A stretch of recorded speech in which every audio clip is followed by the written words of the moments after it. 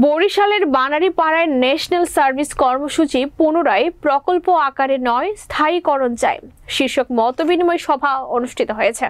বিস্তারিত দেখুন বরিশাল বানারীপাড়া প্রতিনিধি জাকির হোসেনের প্রতিবেদনে। বানারীপাড়া বালিকা মাধ্যমিক বিদ্যালয় মিলনায়তন কক্ষে সকাল 11টায় এই মতবিনিময় সভা অনুষ্ঠিত হয়। বানারীপাড়া প্রেস ক্লাবের সহ সভাপতি সাংবাদিক মোহাম্মদ জাকির হোসেনের সভাপতিত্বে এ সময় বক্তব্য রাখেন বানারীপাড়া বালিকা মাধ্যমিক বিদ্যালয়ের ইংরেজি শিক্ষক কল্লোল সরকার, রুহুল আমিন রাসেল মাল, সজল চৌধুরী। বক্তারা বলেন, আমরা আজ অনেকেই চাকুরির বয়স সীমা অতিক্রম করেছি। আমাদের ধারণা ছিল সরকার ন্যাশনাল সার্ভিস কর্মসূচির মেয়াদ বৃদ্ধি করে জাতীয়করণ করবে, কিন্তু 2 বছরের মাথায় চাকুরি হারিয়ে আমরা পুনরায় বেকার হয়ে পড়েছি। আবার যখন ন্যাশনাল সার্ভিসকে প্রকল্প আকারে নীতিগত সিদ্ধান্ত নেয়ার জন্য তদন্ত টিম গঠন করে সারা বাংলাদেশে তদন্ত করা হবে, সরকারের এমন সিদ্ধান্তে আমরা বেকার যুবক যুবতীরা আশার আলো দেখতে পেলাম।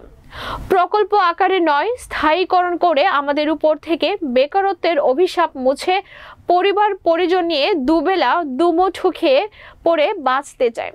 ন্যাশনাল কর্মীরা প্রকল্প আকারে চায় না, ন্যাশনাল সার্ভিস প্রকল্প স্থায়ীকরণ চায়, এমন দাবিতে সারা বাংলাদেশের কর্মীরা এখন সোচ্চার।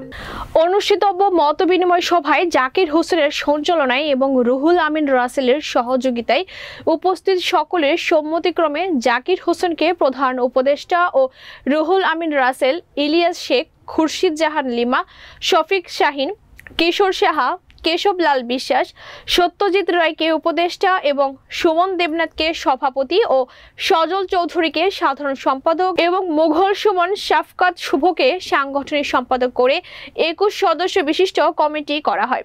এছাড়াও কমিটির সিনিয়র সহ সভাপতি স্বপন শিকদার, তাজরিন জাহান ইভা, ইসরাত জাহান সেতু, যুগ্ম সাধারণ সম্পাদক মোহাম্মদ সুমন, প্রচার সম্পাদক মিঠুন চক্রবর্তী, মহিলা বিষয় সম্পাদক পলি সাহাকে দায়িত্বভার অর্পণ করা হয়।